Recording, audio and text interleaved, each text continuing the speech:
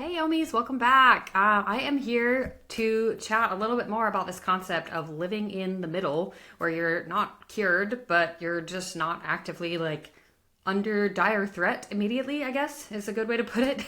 And I am joined with two guests, Phil, who's an ocular melanoma patient, and his wife, Caitlyn, who are from Pennsylvania. And I've had the pleasure of just kind of bumping into them on social media. And I'm so grateful to both of them for having been on previously in a panel that we had for, I believe it was Ion Mental Health. Sometime in the last maybe in 2025. They did a great job. So if you haven't listened to that part of our different episodes, then please head back to that. We'll link that in the show notes. But you guys, thanks so much for being on live to listen on YouTube or to listen on the podcast. We could not do this without our listeners. And Phil and Caitlyn, thank you so much for being here. Of course. Thanks. So we've talked kind of throughout this mini series, I suppose, about this concept, right, of living in the long middle. And if you haven't read the article that I referenced when I spoke with Ashley McCrary and again with Katie Doble, it's referencing an article from a stage 4 lung cancer survivor who she wrote this beautiful, she just articulated it so well, this idea of okay, you have what has been told to be, incurable disease, and yet you're here far longer than you expected and doing far better than you thought you were going to be at this point. How do we make sense of that?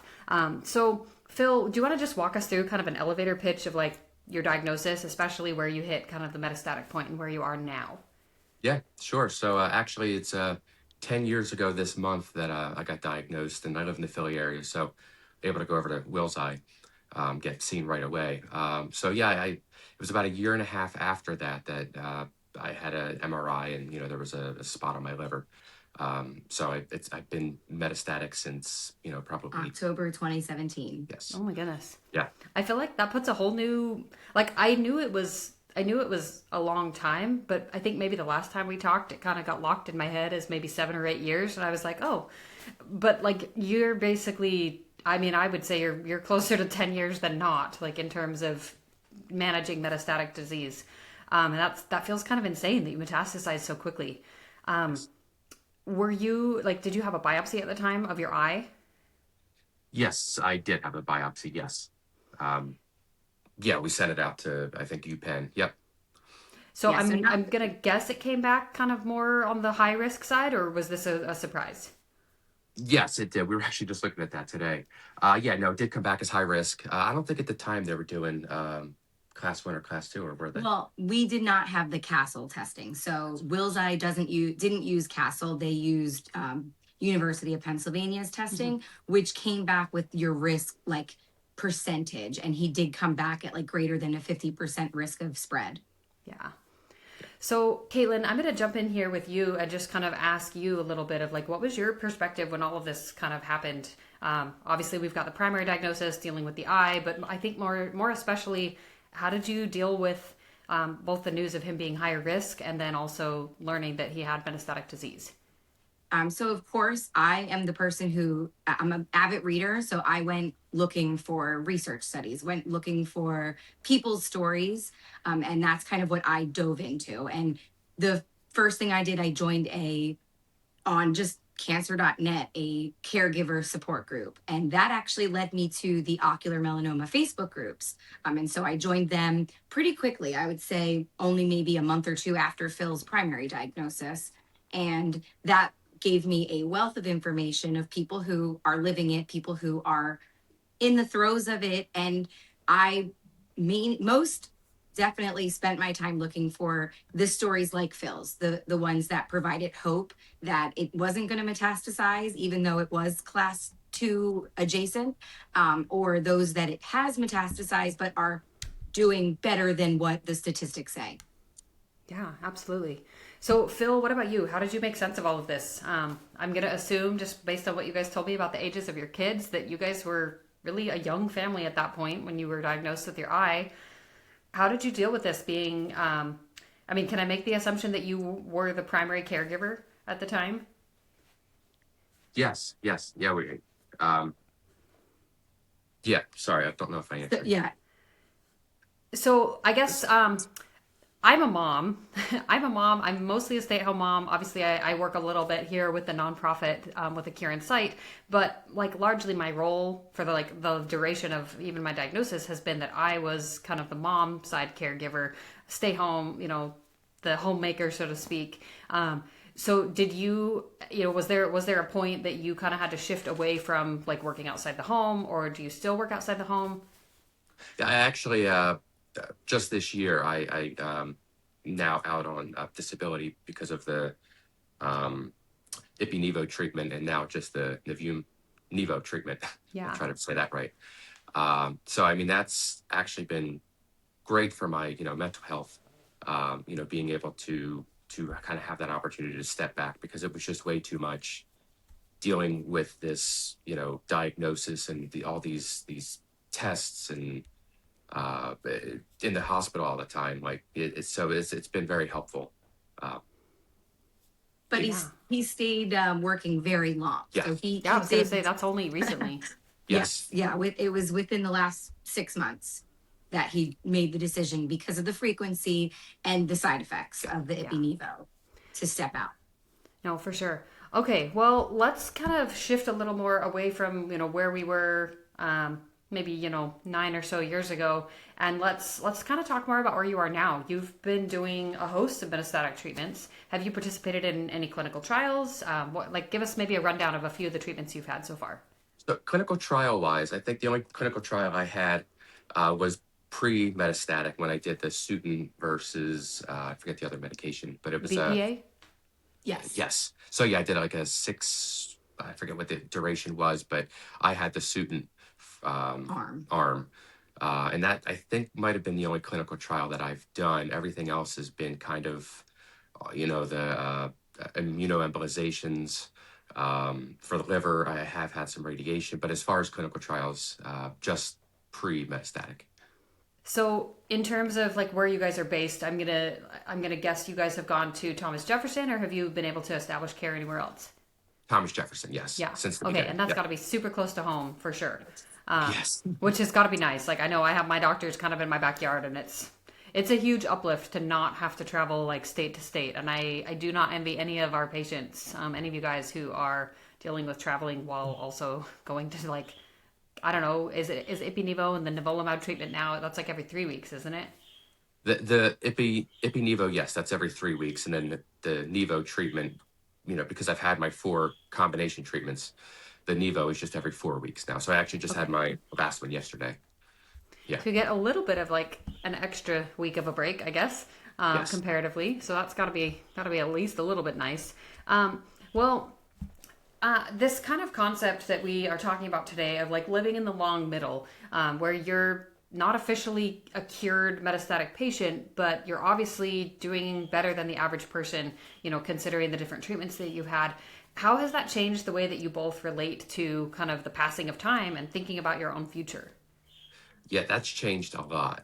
When I first got diagnosed, and even a couple years after I had, diagnosed with a metastatic disease, I could not envision a life past my next set of scans because I was so certain that that next scan would be like, okay, your time's up, goodbye. Like, and I was that way for a while. Very, very hard. But whereas now, you know, now I kind of have a further window uh, where I can kind of probably look out a couple years and say like, okay, that sounds good. I mean, it still stings a little bit because there is that uncertainty of I really don't know what's going to happen. But with how I've responded to treatment, with how I've been living, I just feel like I have that time. Um, so Yeah, you said, I believe tomorrow will happen. Like that's something when we were having the conversation that I feel like when we were in the beginning, that wasn't as certain to him. And yeah, now he feels like tomorrow is going to happen. So it's not maybe as heavy. Yeah. correct. Yes. I absolutely love that. So I know you, Caitlin, you've probably seen me post about the like tomorrow's add up kind of concept. But I love this idea of like that even before kind of coming to that place, you have to just learn to trust that the tomorrow literally will happen to begin with. And I love that you were able to kind of come to that conclusion. So Do you guys feel like you've noticed the tension, like between the gratitude you have for Phil's response in treatment and the weight of knowing that other people in the community haven't had the same outcome? Um, I I used to, and it's not that I'm just, insensitive to others, and I deeply do care about everyone that gets diagnosed, and I honestly, of course, I wish the best for everyone, but I just know that, I am lucky with, my mutations that I have, because I do have the SF3B1 mutation. And I know that that's helping me, with why I'm here today is because I have that mutation. So it, it's I don't know if you're gonna help me out. Yes. No, yeah. So when we were having our conversation, like kind of leading up to this, we named so many people that we've met, that we've conversed with, that we've connected with, who aren't here today. And even people not in the ocular melanoma world, but in other cancer worlds. And it's you feel like, why me, not them? But at the same time, that idea that we're lucky. And his interventional radiologist at Jefferson is Dr. Adamo. He's a great guy. He says that he tells his fellows it's better to be lucky than good, because there's a lot of good treatments, there's a lot of good cancer centers you can go to, but really it comes down to kind of the luck of how you're going to respond to it.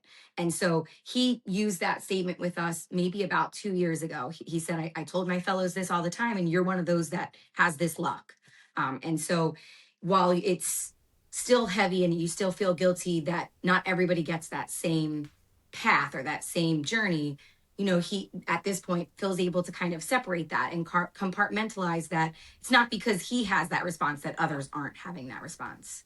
Yeah, absolutely. Well, and Phil, you bring up a good point too, that like that mutation very well could play a role. And that can, I think, sometimes help our brain to kind of make sense of things. It's like, okay, let's, if it is somewhat luck, then sure, but also maybe there's an element of science that we just don't understand yet, that like is there, but again, we just haven't figured it out. We haven't uncovered it. And I think that, I mean, I'm definitely someone who I feel like that can help in just trying to make sense of making sense of all of it, because yeah, like I mean, it definitely can be heavy, especially when you're in this space where you're able to look further forward, right? And you're trusting a little bit more in the future, even though it's been a future that has, been like, I don't know, maybe like pulling teeth sometimes to get here. Yes. Yes. Hmm. Yeah. And to speak on that, I said that, for coming from the caregiver side, like I feel like this is just our normal. Yeah. We have been doing it so long that we don't really see the difference of like what somebody else that doesn't have a cancer diagnosis is doing in their everyday. And I feel like sometimes friends of mine will be like, but this is a lot that you're dealing with. And I'm like, but it's what we do. It's every Yeah. 3 months we have scans and we wait for the results, and then we get the results and figure out what the next step is. And so to us, it became the norm. And Mm-hmm. it doesn't mean that it isn't still crazy, but like you said, just kind of our brains do something to make it so that we keep going. Yeah, absolutely. Um, so I do want to ask you guys, over the past 10 years since Phil's primary diagnosis, I mean, you guys mentioned you've met patients who are not ocular melanoma patients, but still kind of maybe in the young adult cancer community or just the cancer community in general. But specifically with ocular melanoma patients, I know that sometimes it can feel really, really vulnerable. I can definitely say that, especially when I first had my first, like I was primary, but I had my first friend who went metastatic, and I remember feeling a little bit of this tension for myself of like, how do I stay friends with somebody who's metastatic? Like, can I do that? Can I handle that? Knowing what the outcome is predicted to be at some point in the future. We don't really know what it would be. Because that just, it felt really risky, I think, as a patient to like sit with that idea of maintaining relationships. So over the last decade that you have been an ocular melanoma patient, how have you been able to navigate those patient relationships? I mean, I no longer have a social media presence. Like I kind of deleted everything, so I don't necessarily see, I don't necessarily see it up front every day. I did join the Occurrence site. That there's the app that I am trying to stay current on there, because I would like to talk to people, to reach out to people, because I feel like, um, I do have a story of hope, but I also have um, that not risk, but the guilt, I guess it is. So it is a little bit of the guilt where just, knowing that I'm probably better off than a lot of other people. And it's just hard to kind of have those relationships feeling like, I, sorry, I don't know how to finish the answer to this question, No, but it's it okay. just, It's a really it tricky is, Yeah. topic it's for hard. sure. Yeah. And I'm going to say, like, just kind of thinking just broadly about everything. One of the first things we did, like I said, was try to find this connection. So it was only about 4 months after his primary diagnosis that we figured out a way to get to a conference for ocular melanoma. And we were definitely amongst the youngest people there. Yes. And completely at a different part in our lives than some with having young kids, and just still tried to build those connections. But because it didn't feel like a perfect fit, only about a few months after that, we went to Cancer Con, which is specifically for young adults with cancer. And I feel like while there, Phil had guilt that the treatment of the primary cancer, this was prior to the metastatic, Yeah. that was kind of seemed like, well, that's so easy what you Yeah. just dealt with. Like, you had to put a plaque in your eye and sit in a room for a week. What do you mean? Like, where other people went through a lot more intense treatments. And then, he even sometimes minimizes the metastatic treatments because it might not have been something on like an everyday basis that he was doing. And then, like I said, we had friends who were diagnosed that we went to high school with that had much harder battles or quicker battles. And, I feel like it is that risk, but they were cheerleaders for us. And we try to be cheerleaders for everybody that is going through some version of this. And I think that that time of it being 10 years is really what allows that for us. And especially, like, I know I'm the caregiver, but for me, I can kind of separate that and be like, be able to give information that we didn't have when we were in that throw, and say, it's, have grace. It's going to be easier once you've been walking it for a little bit.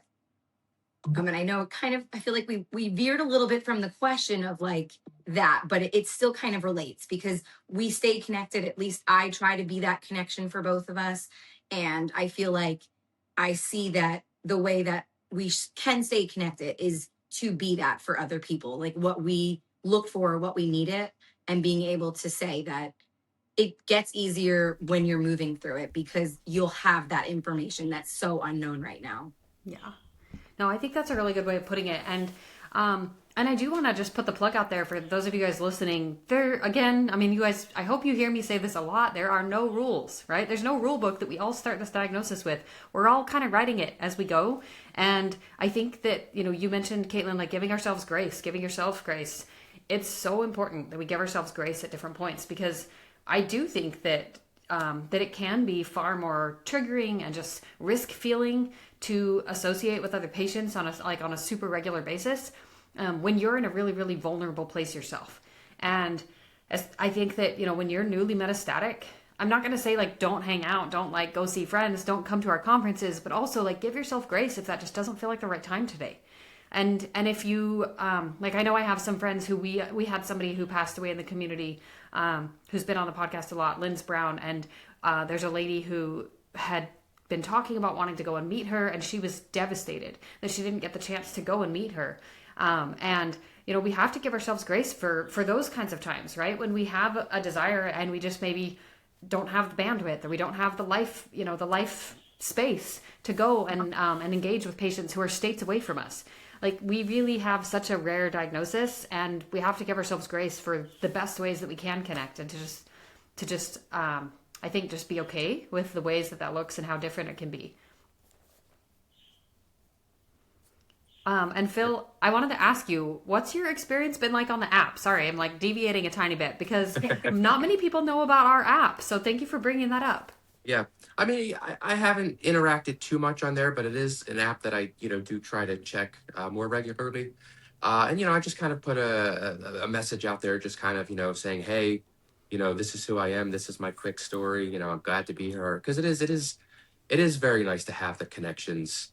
And me, I'm more of a person that likes to have like face-to-face Yeah. connections than it is on an app. But again, because of the demographic of it being such a rare cancer, it's not easy. Mm. But no, the app is great because it is just there's it's very focused on you know our people, Yeah. us. Well, and I mean, you mentioned not really being on social media, and I love that you brought up the app because really that's kind of what I mean, not even kind of. That is part of what it's there for. It's to take away the distractions and kind of being inundated with everything on social media, but also giving you a chance to just really focus in on the ocular melanoma community, on learning about ocular melanoma, like whatever it is that you need in there. So for those of you guys who don't know what we're talking about, we'll link the information on how you can access the app down in the show notes in the description. But Phil, thanks for bringing that up. I'm glad it's been a good experience for you so far. Mhm. Okay, so with you guys being a young family, you mentioned like going to CancerCon and like just some of the experiences you've had in the ocular melanoma. Oh my goodness, can't talk. The ocular melanoma community, and just how isolating I think it can be to be kind of in the younger space. And I think because we tend to find as younger people, we tend to find the younger people, right? Like even just in the online space. It can feel like there's more of us than there really are. But when you get in a room full of 100 patients, there's maybe 10 of us or less, if there's even that many who are on the younger side of the spectrum. How do you guys as a young family feel like you maintain a sense of normalcy, like just throughout having the scans, the treatments, with your four kids, right? Yes.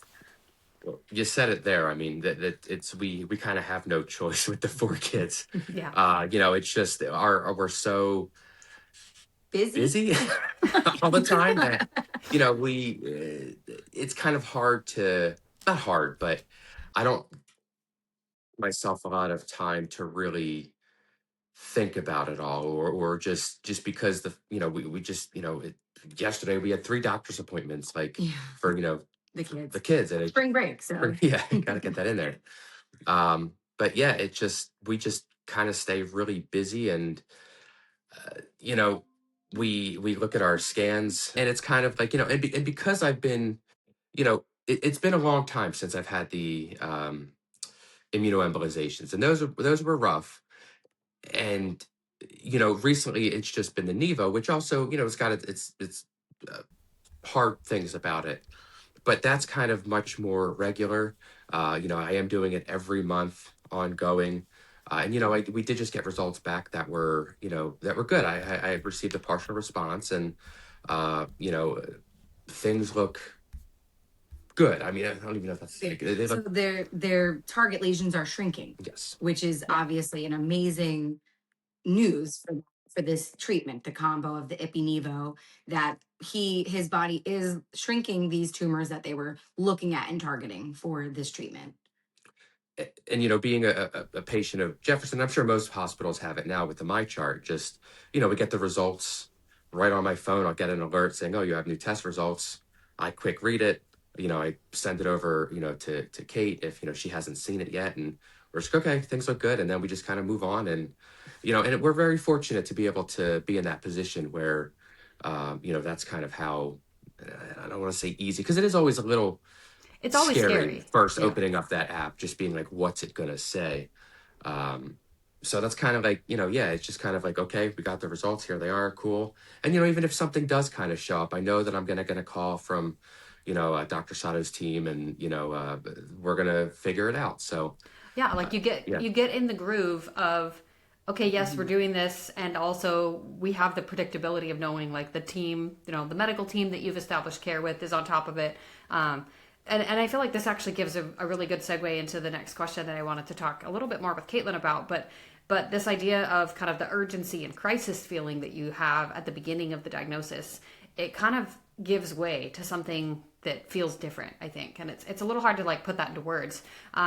But Caitlyn, like, how have you noticed that shift away from like, okay, yes, this feels really urgent to, what Phil is describing, where it's like, okay, like we trust the process a little bit more.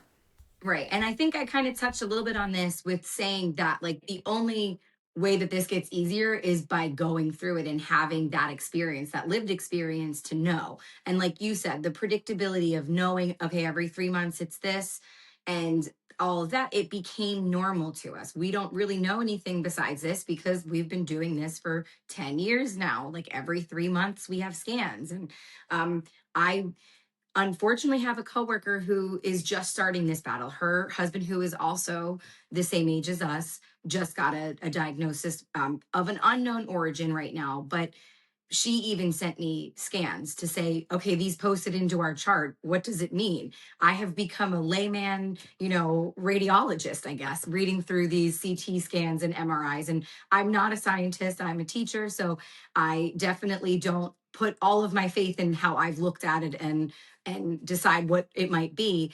But we have developed a system for understanding certain terms that are in the scans to know, are you going to need a different treatment or are we status quo right now? And I will say that I don't necessarily feel like a sense of urgency isn't there. I like to use the term like anticipatory grief because that doesn't ever go away. And I feel like that's something that people who aren't walking this don't quite understand that. And then you sent that article we read through, the long middle, definitely resonated deeply with both of us.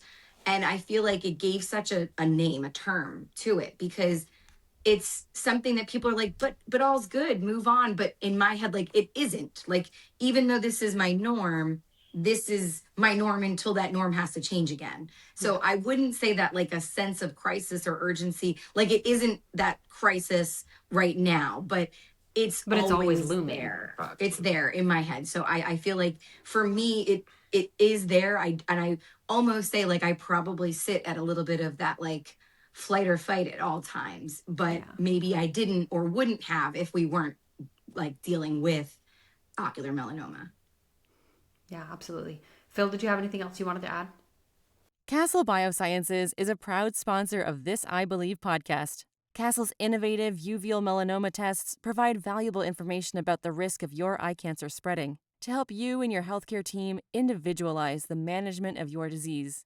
To learn more, visit castlebiosciences.com. Yeah, no, I'm just trying to I'm think. going to say, like, you made a comment about like meeting new people and that people who've been in your life and know your history, it's a lot easier. And even though it might not feel quite as heavy at all times, meeting new people and sharing it, it's you were explaining that. I'll let you kind of. Yeah, that's very hard. We had we have a situation where there's like, my son has a new friend that, moved into the neighborhood. And, this was at the times where I was kind of in the throes of the Ipi-Nevo and I was in the hospital. I hospitalized a couple of times because of complications and whatnot. So I just kind of wanted to let that family know, like, kind of what I was going through. And it was like the shock of, oh, you have cancer. But then it was like well, are you cured? Are you, like, well, what are you, where are you at? And it's such a hard thing to explain that, that article of the long middle, it just kind of perfectly, and, that's perfect. It defines exactly where we're at. And I've just kind of like realized that it's like, I kind of can't share as much as I want to, because again, the people not understanding. And I feel like it's just, I maybe scare people with what I say, but, at the same time, it's like, I need to kind of express myself, and I don't mean to come off that way. This is just my life. This is, who I am. This is how I need to cope. And, yeah. Well, I think that's beautiful. And for those of you guys wondering, like, this article, what do they keep referencing? We'll link that in the show notes as well. It's absolutely like, I mean, if you guys, anybody know, like, just putting it out there to the internet birds, anybody know this woman? Because I would love to talk with her on the podcast as well. She would be an incredible guest to have. But we'll make sure to link that article as well. And I can totally relate, though, to what you said, Phil, because I have kids and, we started at a new school like last year. We moved the kids to a different school, and now they're all at the same school, and I've been volunteering in class, but like there's just some level of, okay, I introduce the situation to the teachers, I tell them what's going on, but then every time my kids have a new friend, it's like, okay, how much do I tell them? Do I tell them? Do I not tell them? Like, And I find myself sometimes kind of experimenting, I think, with the idea of like, okay, so how much can I go through this relationship without telling them anything? Like, how much before it just like really comes up? Usually it's because my kids will be like, hey, so my mom has a fake eye. And I'm like, thanks, guys. You just outed me. Like, but thank you. Like, here I was just existing, talking about books and happily living my life with this other mom. And because it does kind of feel like it can taint the situation a little bit in the they look at you and go, oh my gosh, like, are you okay? How can I help? Versus also but wait, you look fine. And it is such a complex thing to explain that it's like, okay, we can't really like sit down and explain this in one sitting, where I'm at, why I'm here, like all the nuances of that. There's a lot to define there. And I think that kind of concept of like, okay, like yes, I have a stage 4 diagnosis and I'm living with it, living within it, living in the middle of it. I don't know. Like that's really, I think that article just really puts it so well, for sure. Yeah. Yes. So with the kind of idea, Caitlyn, that you are a little more prevalent on social media, a little more present in kind of the world of seeing when somebody posts, what's going on, if you happen to be connected with those people, how do you navigate the emotional complexity that you hold space for, like of, just seeing people and meeting people and then having them pass away? Because I think that there's definitely something to be said of being a caregiver in this space. Yes. And I said, I think being a caregiver gives me that, like a little bit of like the bird's eye view as well. And kind of knowing, again, like I said, originally my path was looking for a story like Phil's to cling to say, we don't only have to go with what the statistics say. They're just that, they're statistics. And we can very easily find many stories that don't follow the same path as Phil. So while like I see these things and they do affect me, and like I will share with Phil some of them, I also can hold the space that I know, like when I've made some of those connections, just sharing Phil's story might have helped them moving forward. Yeah. And pushing on and saying it's worth trying this treatment, it's worth keeping going. There is a chance that I will have a response like Phil. I say it because I feel like some people are like, well, is it worth it? I'll say, I think it's worth it. Find the specialists. Like, we are fortunate to live right here just outside of Philadelphia. So Dr. Sato's team at Jefferson is very easy for us to get to.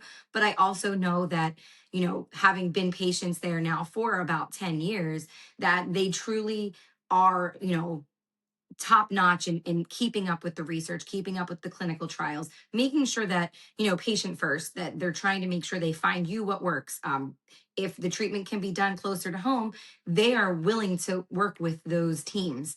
It's not somebody that's like only going to work if you come out here to Philadelphia. I mean, of course, certain treatments are only here, but, I feel like even for us, Phil is getting his Ipi-Nivo at the Bucks County Jefferson location versus driving into Center City each time. And so, they helped coordinate that. So I feel like I feel like just as an empathetic person, as a Pisces, that I feel very much for a lot of others, that like I take on other people's feelings and want to help everybody. I find like where I put my heart is helping by sharing Phil's story, because I feel like it shares that link to, there is hope. There is there are people out here who are doing great and still navigating those treatments and still making, like we said, having all of these life experiences after being diagnosed stage 4, having these wins. So. Yeah, absolutely. There's something to be said of your guys' situation being particularly unique, because I feel like there's lots of, maybe not lots, but there's a fair few of those kind of just random stories of people who had treatment for metastatic disease 10 years ago, and then they haven't had anything done since, and they're just okay. They're fine. Like they're just living their life. They're as close to NED as they possibly can be, or they have lesions that have just been stable for 10 years. Like there's just a handful of people that are in that situation. It doesn't happen very often, but it's definitely more rare to find. But then I feel like it's also a little more rare to find someone who's actively still having treatment and like is largely just living their life as best as they can with, the normalcy that comes with having regular treatment. It's kind of just an interesting like difference between those spaces for sure.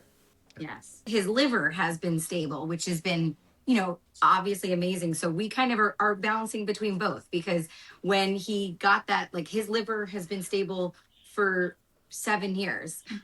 Nothing's been growing there, nothing new, but it's the outside of the liver popping up. So that active treatment now is because of that. And so I feel like it definitely, we've kind of lived both pieces of that. Yeah, for sure. No, I definitely appreciate your guys' perspective, and I think it's been really fun to be able to chat with you guys, and I really appreciate you being willing to talk both together about Phil's story. And I wanted to ask you guys this question as we wrap. Where do you guys feel like you draw your strength from the most as a couple, as a family? Whether it's spiritual practices, community, like, kind of where do you feel like you guys feel the most empowered while you're dealing with all of this? Yeah, I mean, I definitely feel like it's my family that kind of just keeps me going.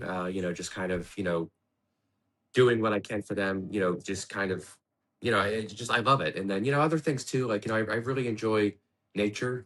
So as far as just going for a walk or getting fresh air or any of that stuff, that really helps me a lot. Just kind of you know be by myself, be in the nature. Just being able to enjoy you know what we have. Like being able to enjoy. Yeah. So um yeah, family and And I'm going to say maybe the uniqueness of being diagnosed at this age. Like you said, 10 years ago, we had a 3-year-old and a 1-year-old.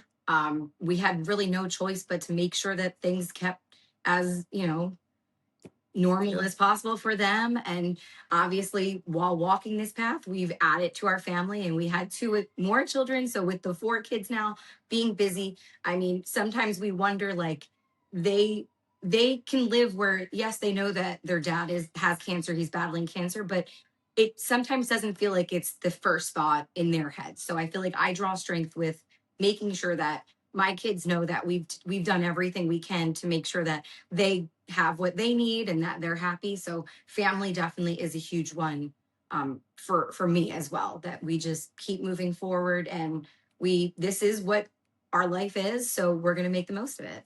Yes. Yeah, I love it. Oh man, you guys, it's still, I mean, I know that, we could talk a lot more about lots of different kind of segues, pathways we could follow down this idea. But thank you guys for being here while you're in the middle of living your kind of version of the long middle. I wanted to just ask if you could give one piece of advice to someone who maybe they're new to this space of like, okay, they're settling into, a year and a half, 2 years out from metastatic treatment. They're doing better than they thought they were going to be doing. Statistically, obviously, they beat most of these statistics. What would you say to them? And I guess I would ask if both of you want to share something, or one of you, either one. Sorry, give me a second to think on that one. So No, it's okay. Take a minute. I mean, like I feel like I've kind of touched on it a lot, and just saying that by the more we do it, the easier it gets. The more that we can kind of compartmentalize and separate what needs to be done with what we still get to do. So kind of understand that just because you have that stage 4 diagnosis does not mean you won't have, other things in your life that you always dreamed you would have. Because we're proof that even though we got that diagnosis, we've accomplished a lot since then, that we wanted, that we, at maybe in the beginning, that beginning first year or two of the metastatic disease, we didn't think was going to be in our future. Aura Biosciences is a clinical stage biotechnology company focused on developing precision therapies for solid tumors that aim to preserve organ function. Our lead candidate, Belsar, is currently in late-stage development for primary choroidal melanoma and in early-stage development in other ocular oncology indications and bladder cancer.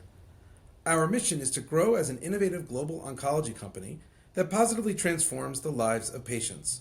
For more information, please visit us at aurabiosciences.com. Okay, so Phil, when did you feel like you kind of hit this new normal that Caitlyn has referenced throughout our episode? When did you notice that? Yeah, I mean, it's definitely. I would say, like, if you want to look at like as kind of a specific point, it was kind of when I no longer needed the immunoembolizations. But even after that, I was still kind of concerned, where's it going to pop up next? I don't know if at this time it had reached my lungs yet, when I, was in the throes of, my liver treatments.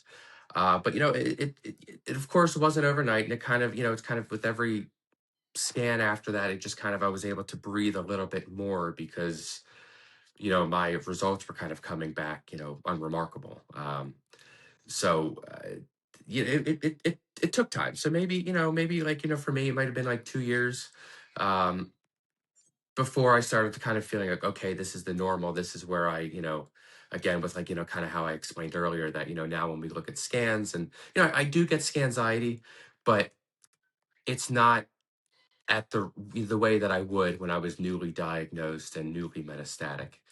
It's always that little bit of, worry, but, um, but yeah, so it kind of happened naturally. Um, and yeah, Yeah, No, that I think you were that's good. saying like, yeah, that yeah, like it happens over time. That it's not going to be an overnight feeling. So just being there and continuing through it, it all of a sudden it's going to feel like the norm. Or yes. Yeah. And I just, for those of you guys listening, I know if you're newer in the metastatic space, you're, still getting scans and it still maybe doesn't feel like you've settled into like okay, maybe I'm not as anxious about my scans as I was 3 years ago, 5 years ago. You don't have to be there today. It's okay. But use Phil as proof that you can be there if you so choose. And, like, I mean, even me, like, I'm 6 years in almost, and I still have, some level of heightened scanxiety, but I definitely don't feel the same full body reaction that I used to feel, at least not as often. And I don't know, maybe that will come and go, right? Like, and like Caitlyn, I think you said this earlier, sometimes you're going to have to make adjustments. But the nice thing is to just trust that the process is there to make adjustments with, right? That you're not just swimming in the ocean alone. Like there's definitely life rafts and boats and lifeguards and I don't know, the Coast Guard is out here to try to rescue you. Like there's lots of people around who are rallying, in your corner, whether it's your community, your family, your doctors, obviously, and then of course you guys have each other, which I think you guys have such a beautiful relationship. thank you. Thank you. Yeah. Well, you guys, thank you so much for tuning in and for listening. Those of you guys listening, please drop some comments, share your takeaways in the description, wherever it is on YouTube, in our comment boxes. And we're just grateful for you guys being here. Hopefully you've subscribed. And if you haven't, please make sure to subscribe to the YouTube channel. If you're listening on the podcast, definitely subscribe to wherever you're listening, Spotify, the Apple Podcast app. And please make sure to share this episode. Like Caitlyn said, like one of the best things that we can do for each other is share those stories of hope, right? Because when we're on social media, when we're in those Facebook groups, sometimes you can definitely feel like you're being inundated with kind of the hard news and the challenging stuff. It's important that we look for the good, that we look for the examples or the reasons why, yeah, there's actually people who are doing great and there's people who are doing way better than statistically should be possible. So let's just keep looking for that proof together. And I hope you guys can share Phil's story as a way to look for that proof. So thank you guys again for both being here, for being a guest on the I Believe podcast, for being a part of the Ocular Insight community. If anyone is listening and they want to get in touch with you guys specifically, with Caitlyn and Phil, how would be the best way for them to get in touch with you? Yeah, so I as I mentioned earlier, I am on the Ocular Insight app. And I can definitely provide my handler code as far as to how to get in touch with me. And please reach out if you have any questions or want to talk. Reach out to me there. I mean, I think that's a good spot. Yeah. And of course, I'm on Facebook and I stay active in the groups. Even if I'm not always posting, I'm always lurking. So if you make a look for me, if you can't find me, you can put a comment and I will probably see it and can answer. Wonderful. Well, thank you guys both so much. And a huge thanks to our sponsors. We could not do this without them. So thanks again to our sponsor. Without their generous contributions to the podcast platform, the YouTube platform, we would not be able to continue just making the content and bringing you guys stories like Phil's and also the educational content that we bring you from doctors, researchers. So, big thanks to our sponsors. If you haven't met them or you haven't had a chance to meet them at some of the different events that we have, definitely take the time coming up at our I Believe that we have in the fall. Meet them. Come and see some of the reps that we have from the sponsors. They come to those events every single year, and the people that we've gotten to meet from all of them are fantastic people. Like, they genuinely care about the ocular melanoma community. So we're so thankful for you guys, and we couldn't do it without you. With that, we will see you guys next time on our next episode, and we will talk to you later.